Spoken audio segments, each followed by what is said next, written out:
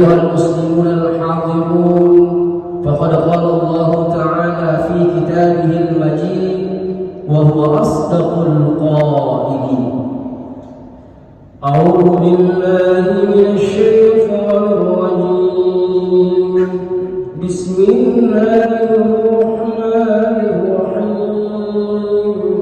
يا أيها الذين آمنوا اتقوا الله حق تقاته ولا تموتن إلا وأنتم مسلمون. وقال أيضا: وسارعوا إلى مغفرة من ربكم وجنة أرضها السماوات والأرض أعدت للمتقين. صدق الله العلي العظيم وبلغ رسوله الكريم ونحن على ذلك من الشاهدين والشاكرين والحمد لله رب العالمين. Rahimakumullah. Bapak-bapak, saudara-saudara jamaah Masjid Rawdatul Muflihin Pasar Heru yang insya Allah kita semua dimuliakan dan dirahmati oleh Allah Subhanahu wa Ta'ala. Kembali kita bertahmid, ucapan alhamdulillah keluar dari mulut kita, tiada lain sebagai ungkapan kesyukuran kepada Allah Rabbul Jalil, karena sampai dengan saat sekarang ini kita masih tetap dijunjungi rahmat dan hidayahnya, terlebih lagi nikmat yang berupa kesehatan, terkhusus nikmat iman dan ketakwaan, sehingga kembali di siang Jumat hari ini walaupun cuaca hujan, tapi itu tidak menyurutkan langkah kita untuk melaksanakan salah satu bukti bahwa kita adalah hamba yang taat kepadanya, yang juga merupakan salah satu kewajiban kita selaku muslim, yakni dengan sholat Jumat secara berjamaah. Lagi dan lagi serta tiada bosan-bosannya kita kirimkan salawat dan taslim keharibaan junjungan kita Nabiullah Muhammad sallallahu alaihi wasallam, di mana beliau adalah Nabi dan Rasul yang terakhir yang diutus oleh Allah ke permukaan bumi, yang menjadi uswatul hasanah, suri tauladan, contoh yang sangat terbaik bagi kita umat Islam pada khususnya, dan menjadikan beliau sebagai rahmatan lil alamin pada umumnya. Selaku khatib, saya mengajak para hadirin, mari kita lebih meningkatkan kualitas iman dan ketakwaan kita kepada Allah Subhanahu wa Ta'ala, baik itu dengan menjalankan seluruh perintahnya serta menjauhi dan tidak mengerjakan apa-apa yang dilarang oleh Allah Subhanahu wa Ta'ala. Sebelum saya masuk ke dalam khutbah saya, selalu saya sampaikan hadits dari Rasulullah sallallahu alaihi wasallam, "Idza sa'ada al-khafif 'ala al-minbar wa 'ala al-minbar yakhutub fala tatakallam minkum wa man yatakallam faqad lagha wa man lagha fala salata lahu." Rasulullah sallallahu alaihi wasallam pernah bersabda, apabila telah naik khatib di atas mimbar untuk menyampaikan khutbahnya, untuk membacakan khutbahnya, maka janganlah sekali-kali di antara kalian ada yang berbicara tentang hal keduniawian. Maka apabila ada yang berbuat demikian, maka sia-sialah amal Jumatnya pada saat itu. Para mufassir kita mengartikan fala salatallah di sini diartikan sebagai salatnya pada saat itu terhitung tidak sempurna, karena ada salah satu rukun dalam rukun Jumat yang dia lalaikan. Ayyuhal hadirun jamaah Jumat rahimakumullah.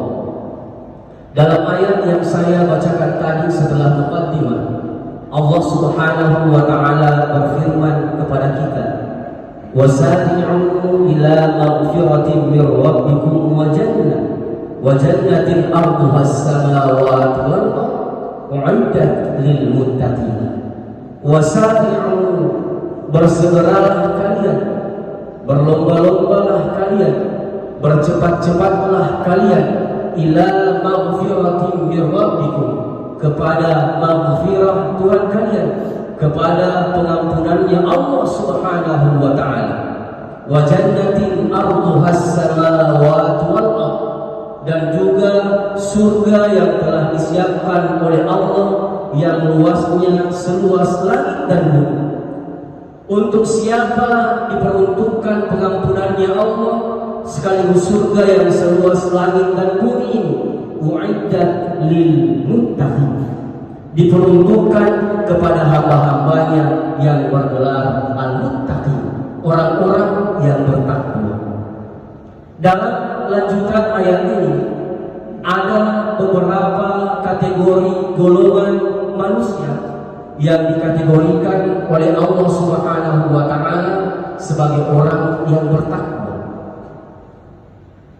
Golongan yang pertama adalah alladzina yunfiquna fis sarra'i wad dharra, orang-orang yang senantiasa menyumbangkan, mensedekahkan, memberikan sebahagian dari hartanya untuk kepentingan agama Allah Subhanahu wa taala, baik pada saat dia lapang maupun sempitnya, baik pada saat dia pas-pasan atau bahkan tidak ada.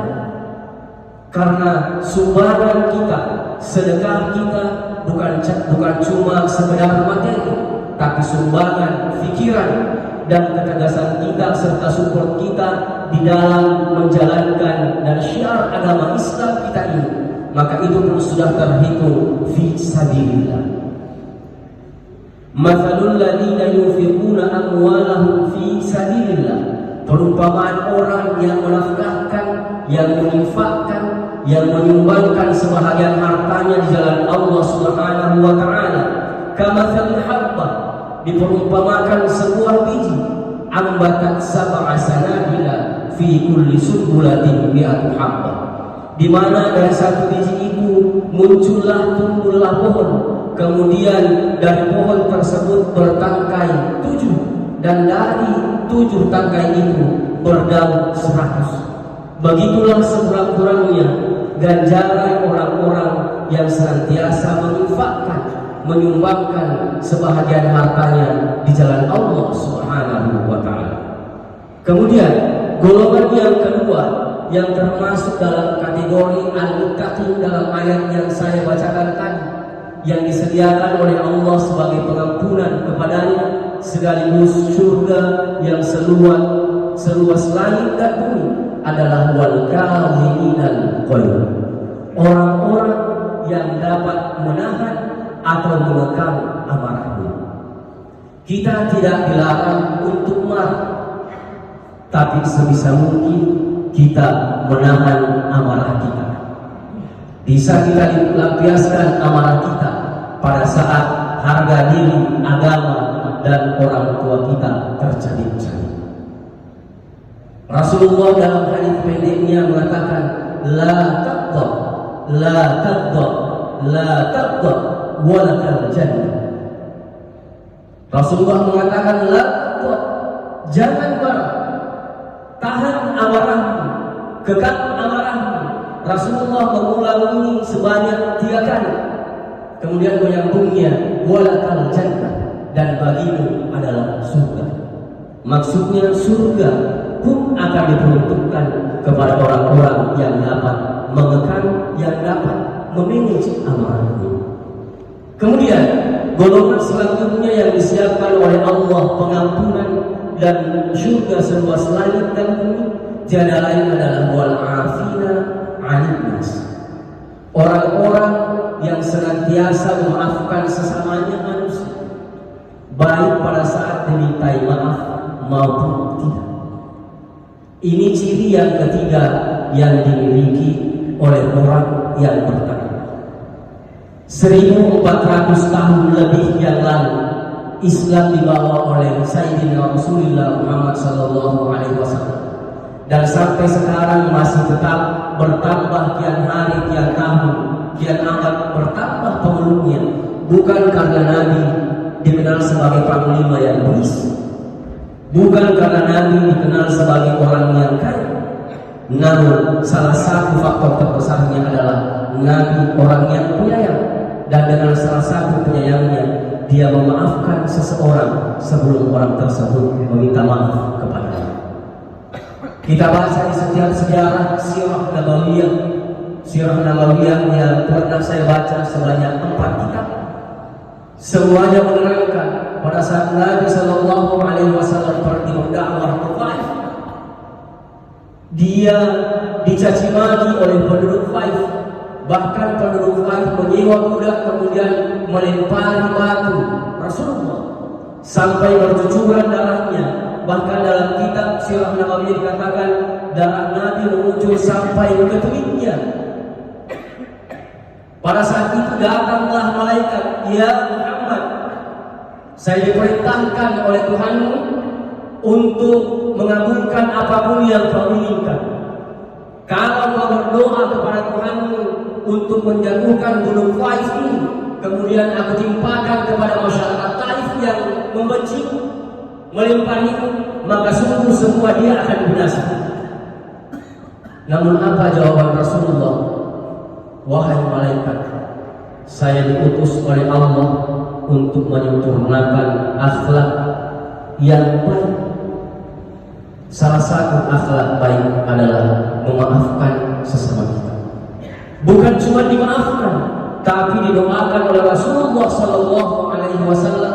Mudah-mudahan dari generasi Taif muncullah orang-orang Islam yang kuat dan ketakwaannya tinggi terhadap Allah Subhanahu wa Ta'ala. Dan ini terbukti pada saat perpecahan di antara umat muslimin mulai di zaman Khalifah Utsman bin Affan dan Sayyidina Ali bin Abi Thalib. Salah satu warga penduduk yang tidak berfirqah kepada salah satu golongan adalah penduduk Taif.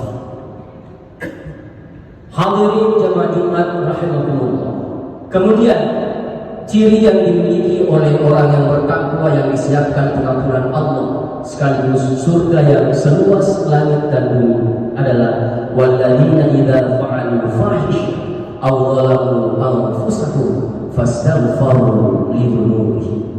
Orang-orang yang apabila dia berbuat keji yang berupa dosa yang dapat bukan cuma berdampak pada dirinya tetapi orang lain, aw zalamu anfusahum, ataukah dia menzalimi dirinya sendiri dengan berbuat dosa yang untuk akibatnya dirinya sendiri, fastaghfaru li dzunubihim, dia cepat-cepat zakarullah, dia langsung cepat-cepat mengingat Allah dan memohon ampun kepadanya terhadap apa yang dia perbuat.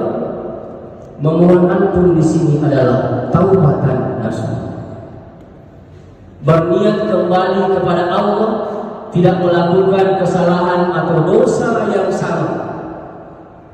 Itulah taubatan nasuha. Olehnya itu, mari di dalam mengarungi kehidupan kita ke depannya, mari kita lebih meningkatkan kualitas iman dan ketakwaan kita kepada Allah Subhanahu wa Ta'ala. Mari kita rangkul pengampunan Allah dan juga surga yang seluas langit dan bumi yang disiapkan oleh Allah dengan senantiasa menginfakkan, menyumbangkan sebagian harta kita di jalan Allah, baik pada saat lapang maupun sempitnya kita. Kemudian mari kita mengekat, memanage emosi atau amarah kita. Kemudian mari kita maafkan sama kita, umat Islam, umat manusia, baik pada saat diminta maupun tidak diminta permintaan maaf kita. Kemudian terhadap dosa kita, cepat-cepat kita mengingat Allah dengan mengakui kesalahan kita dan berjanji tidak akan mengulangi perbuatan dosa tersebut. Barakallahu li wa lakum fil Qur'anil 'azim wa nafa'ani wa iyyakum bima fihi minal ayati wa dzikril hakim wa taqabbal minni wa minkum tilawatahu innahu huwas samiul 'alim. Aqulu qawli hadza wa astaghfirullaha